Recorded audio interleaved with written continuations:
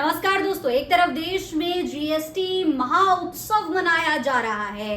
GST पहले बढ़ाई गई, फिर घटा दी गई, फिर अब उसका उत्सव मनाया जा रहा है, तारीफें हो रहे हैं। वहीं दूसरी तरफ दोस्तों रुपया जो है वो अपने सबसे निचले स्तर पर गिर चुका है, धम्म से गिर चुका है रुपया। 89 रुपए पर पहुंच चुका है रुपया और ये आज तक के सबसे निचले स्तर पर है। आपको याद होगा प्रधानमंत्री नरेंद्र मोदी जब रुपया गिरता था तो किस तरीके से सरकार गिरने की बात करते थे, तमाम बयान दिए जाते थे। भारतीय जनता पार्टी जब सत्ता में नहीं थी तो कांग्रेस पर किस किस तरीके से हमलावर हुआ करती थी रुपया गिरने पर।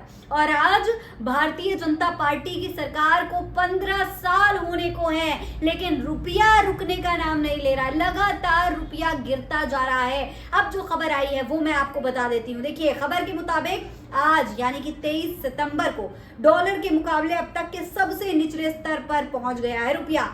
सुबह के कारोबार में रुपया 88.49 तक लुढ़क गया, जो 2 हफ्ते पहले के ऑल टाइम लो यानी कि 88.46 को पार कर लिया है। सुबह रुपया 10 पैसे की गिरावट के साथ 88.41 प्रति डॉलर पर खुला।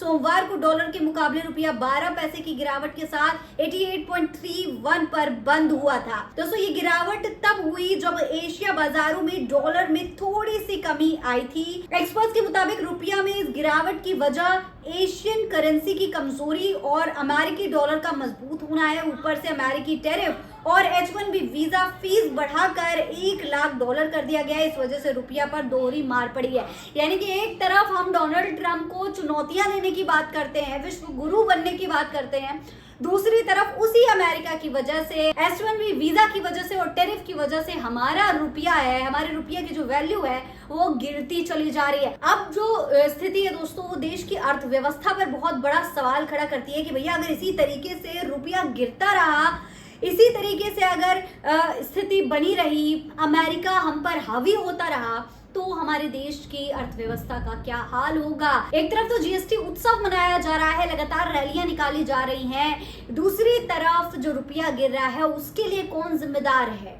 कौन इसकी जिम्मेदारी लेगा, कौन इसके लिए जवाबदेह है। सरकार की ये जिम्मेदारी है और सरकार इस पर क्या कहेगी, इसका जनता को इंतजार है। इस पर आप क्या कहेंगे, कमेंट बॉक्स में लिखकर हमें जरूर बताइएगा। जय हिंद, जय भारत।